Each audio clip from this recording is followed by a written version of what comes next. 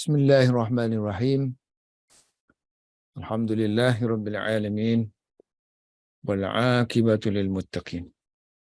Wassalatu wassalamu ala rasulih Muhammadin wa alihi wa ashabihi ajma'in. Amma ba'd. Bismillahirrahmanirrahim. So musannif ni mula dengan bismillah. Mula dengan bismillah, mula dengan alhamd, semuanya ada nas. So, nas hadis kata kalau nak mulakan sesuatu yang besar tu mulalah dengan bismillah ke, mula dengan alhamd ke. So bismillahirrahmanirrahim. Ini khutbah ni kan. Muqaddimah ni, alhamdulillah, segala puji bagi Allah yang merupakan Rabbil alamin. Tuhan ataupun Rabb yang memiliki, yang mengawasi, yang mempunyai alam, universe. Wal 'aqibatu lil muttaqin. Akibat di sini makna akibat baik. Kesudahan akhir yang baik ialah milik lil muttaqin. Untuk orang-orang yang bertakwa. Wassalatu wassalamu, salawat dan salam ke atas junjungan Rasulullah sallallahu alaihi wasallam, iaitu Muhammadin. Bawah tu dia tulis badal.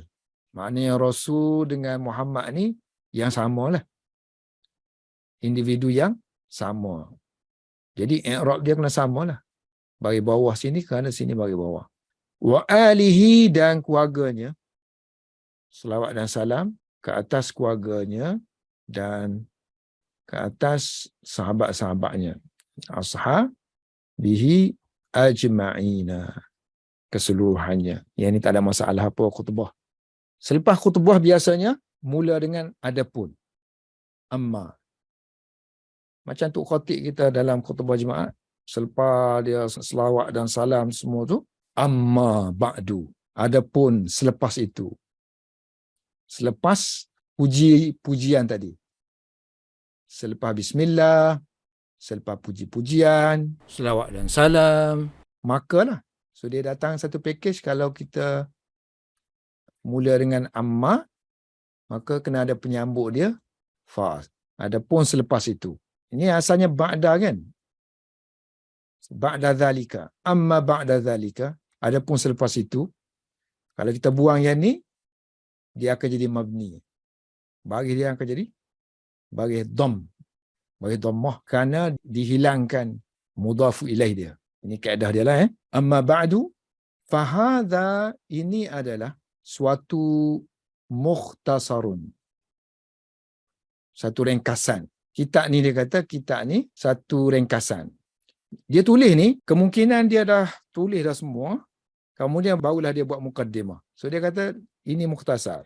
Sedangkan kalau tak sudah lagi, mana boleh dia kata ini adalah ringkasan. Ataupun benda tu dalam kepala dia dah. Semua tu dalam kepala dia dah. So seolah-olah dia kata, dah siap dalam kepala dia. So ini adalah ringkasan yang madbutun, yang ditulis atau yang direkodkan berkenaan dengan an-nahwi. Dobit ni yang ditetapkan. Boleh. Yang ditulis pun boleh. Yang direkodkan boleh. Jama'tu, aku kumpulkan. Kata pengarang ni, aku kumpulkan. Fihi, dalam mukhtasar ni, dalam ringkasan ni, perkara-perkara yang penting. Muhimmati. Ini maf'ulun bih bagi bawah. Kerana jamak mu'annas salim. Jama'tu fihi muhimmati an-nahwi. So aku kumpulkan, aku collect, aku letak setempat perkara yang penting dalam ilmu nahwu ala mengikut tartibi, susunan kitab Al-Kafiyah. Sebagaimana yang kita sebut dalam muqaddimah kita, pengenalan sebelum ni, kitab ni based on Kafiyah. Kitab yang dikarang oleh Ibnu Haji. Mubawwiban. Aku dalam keadaan ni, dalam keadaan aku buat ni, mubawwiban, aku buat bab-babnya, wa mufassilan, dan aku tulis fasal-fasal dia. So dalam kitab ni dia bagilah bab sekian. Fasal sekian. So ada bab, ada fasal. Bab ni unit besar lah.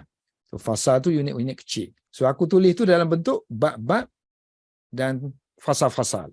Title-title besar dan sub-subtitle. Bi'ibaratin, dengan ungkapan, dengan bahasa yang wadihatin, dengan jelas. Tidak sebagaimana kafiah. Kafiah ni dia nak macam syair dah. Dia lagi ringkas. So bila ringkas, dia tak berapa jelas. Perlu kepada penjelasan. Melihatkan kepada kafiah ni complicated ayat dia, so dia permudahkan dengan ungkapan ataupun ayat yang jelas. Ma'a berserta dengan iradi.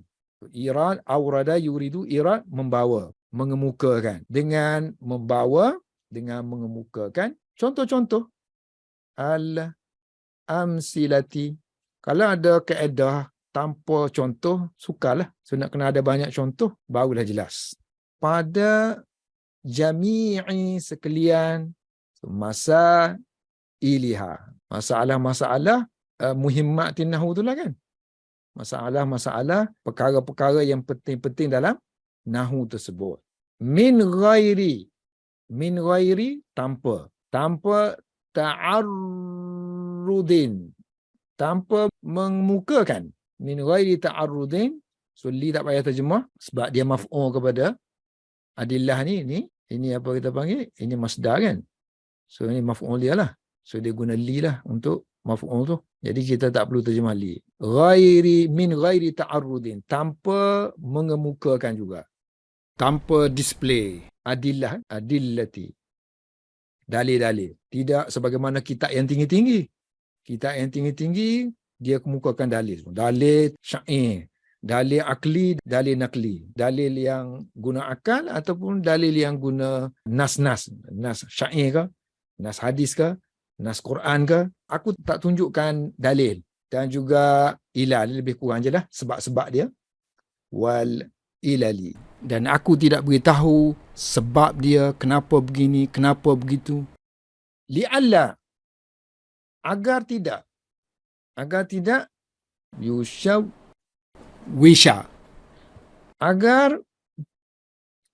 agar mukhtasar ni tidak mengelirukan zihna, akan otak, mubtadi'i, otak orang pelajar-pelajar yang baru bermula. Pelajar-pelajar yang baru mula. So makna kita ni sesuai lah. Kita ni baru mula belajar. Kalau belajar lama dah pun banyak tak ingat. Seolah-olah baru bermula. So kalau kemukakan ini dalilnya, ini sebab dia, dalilnya Quran hadis, kemudian reason dia kenapa pula kan, di sebalik dalil tu kemukakan pula illah dia. Kenapa harus begini, kenapa harus begitu. So agar tidak mengelirukan akal, fikiran, minda para pelajar yang baru mula, mengelirukan daripada kalau kita untuk fahmi al-masail, masalah-masalah ataupun poin-poin yang dikemukakan dalam muhimmatin nahwu tadi, perkara-perkara yang penting dalam nahwu. Wasammaituhu, dan aku namakan mukhtasar aku ni dengan nama dia Hidayatun Nahwi ataupun Hidayatin Nahwi. Dua-dua boleh baca lah. Kalau kita anggap ni sebagai hikayat, makna tajuk buku kita ni awal-awal lagi kita tulis Hidayatun Nahwi dah kan. So kita kekalkan bacaan dia tu. Jadi baca dengan Bi Hidayatun Nahwi. Ataupun kita layan lafaz. Kita tak pedulikan tajuk kitab yang di depan mula-mula tu. So kita anggap dia sebagai isim biasa je lah. Bila ada bi ni, parilah bawah kan. Wasammaituhu bi hidayati an-nahwi. Hidayatun nahwu. Petunjuk. Jadi guide lah ni. So guide dia tak boleh suka-suka, payah-payah. Perbahasan tak boleh payah-payah. Nah, straightforward. Panduan kepada nahwu. Raja'an, bertujuan mengharapkan. Maf'ul li ajlihi. Raja'an, dengan harapan agar ayyahdiya, Allah akan memberi petunjuk. Allah Ta'ala akan memberi petunjuk dengan mukhtasar aku ni, ringkasan aku ini, memberi petunjuk kepada at-talibina, kepada para pelajar. Yang ni saya kata tadi.